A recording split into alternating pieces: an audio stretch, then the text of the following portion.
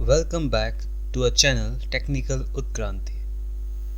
And today we'll start off with the part 3 of our Git series.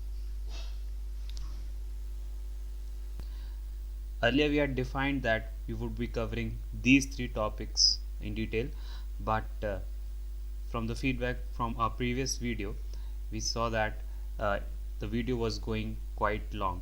So we have moved the last 3 parts to part 4, and we'll be just covering this much so that we keep the length of the videos a bit short. So let's understand how are we going to push our work done in our local repository to the central server. The command used is git push, a central repository on which 2 commits have already been made by some other user. You do a git clone or pull. This particular command or commands are used to bring the work from the central repository to your local repository. So you have the same repository now with the same number of commits in your local repository. You now do some additional work represented by the commit #c or the git id c, and then you try to do git push back onto the central repository so that others can see or make use of it and do their work on top of it. So git push is the command which pushes your work to the central repository. Okay, let's try to understand some other case in which git push may not work out.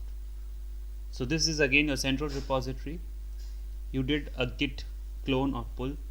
So this is user on the left hand side, and this is the user doing the same thing on the right hand side.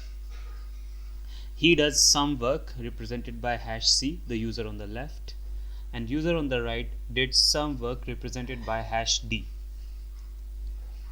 Now user on the left pushes his work earlier to the central repository, and user on the right does the same thing later, but he fails to do so.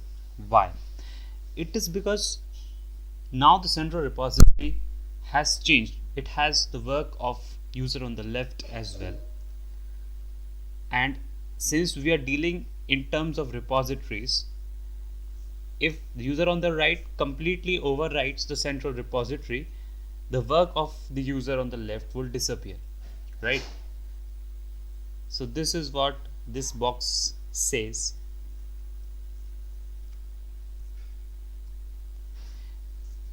In such a scenario, what we need now is that the user on the right should incorporate #c in itself along with its own changes. Okay, so he will do a git pull again from the central repository, and as a result of this git pull, his repository in the local would look something like this. #a #b were previously only, d was also previously, but #c will also come over here. So the positioning of these hashes depends on the timestamps. Okay, and then merge of these 2 hashes would result, which will be having the changes of both #c and #d, and now the central repository could be overwritten with these changes. Okay, so in such scenarios where git push is failed, the local user would have to do git pull, which would result in merge, and then he would have to git push again. Okay, so what we just saw is called merging. Merging can be of 2 types. One is called the fast forward merge, and the other is called the 3-way merge. Okay, in fast forward merge, there is the merge happening, but it doesn't result in creation of a merge commit. Okay, so in the first case, when git push by the user on the left was successful, that was a fast forward merge. So we'll again replicate that animation for you over here and try to show what is happening. This is the central repository and this is the latest commit of the central repository. User on the left clones it and makes a hash over here. Now when he do a git push, okay, this is one branch and this is another branch. This is a local branch and this is the basically remote branch. So when he does a git push, there is merging happening, but it does not result in creation of merge commit at the central repository. It just shifts the value of, or shifts the position of the latest commit at the central repository. So when such a shifting of the pointer to the latest commit happens, this kind of operation or this kind of process is called fast forward merge, and it does not result in the formation of a merge commit. Now let's understand a three-way merge. In three-way merge, merging results in the creation of merge commit as well. Okay, let's understand how is it happening. We saw that user on the right wasn't able to push his content previously, and then he does git pull.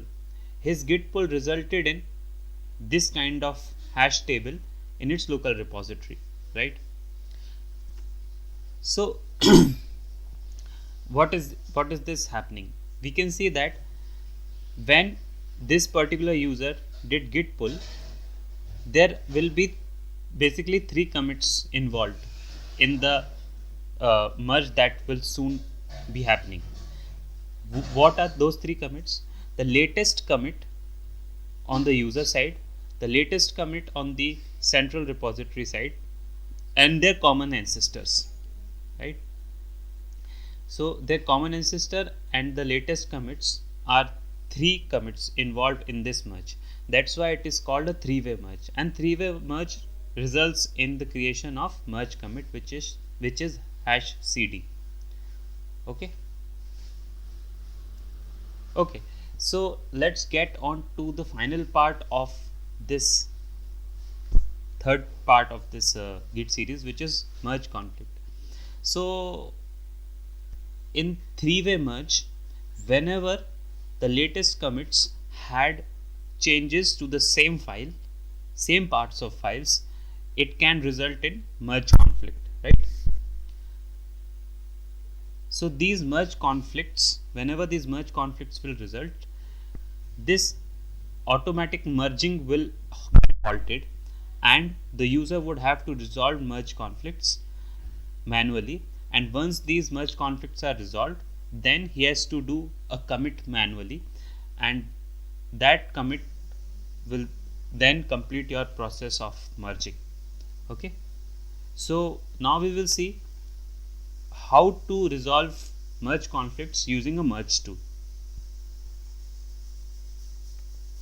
So as you can see, this is my central repository, and we'll clone it as two different users in our local.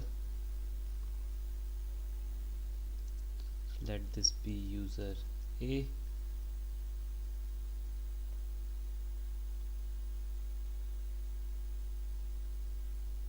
and let this be user B. Okay, I go inside user A and change the Python file. For example, I just introduce x equal to 4. I stage it and I commit it. Then I go to user B. Again, I take the same file in order to create conflict, and here I change it differently, x equal to 70. I stage it and I commit it. Okay, so what I will do is I will pull in the changes from user A. So I will just do user A, and you can see automatic merging failed.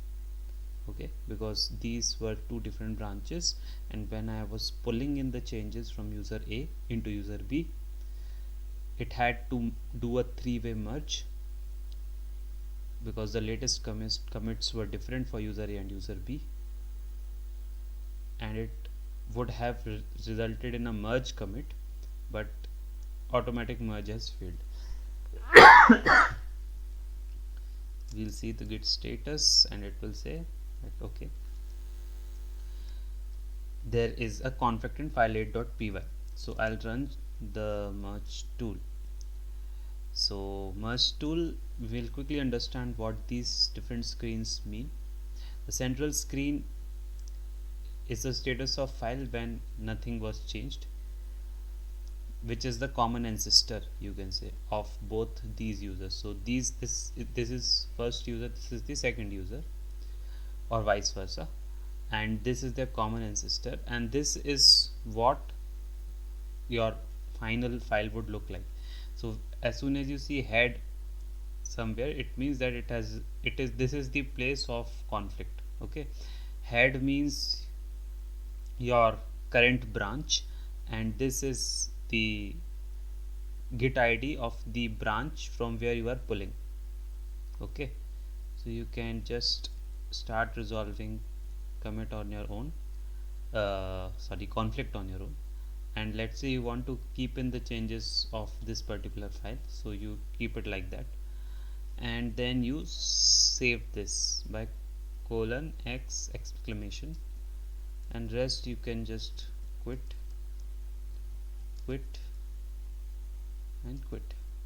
So if you run git status now, it will say that conflicts are fixed, but you are still merging, and do git commit to conclude the merge. So I do git commit, if merging user A and user B work, and X, yes. If I see git status, yeah, I will have this original file. I can just delete it. It is no more of use because I've already resolved my conflict. So yes, this is how we do the. So if you see, okay, it's better to see it like this, git 1. So you can see that that's how I had. So this was the merge commit, which was done after resolving the merge conflict. Okay,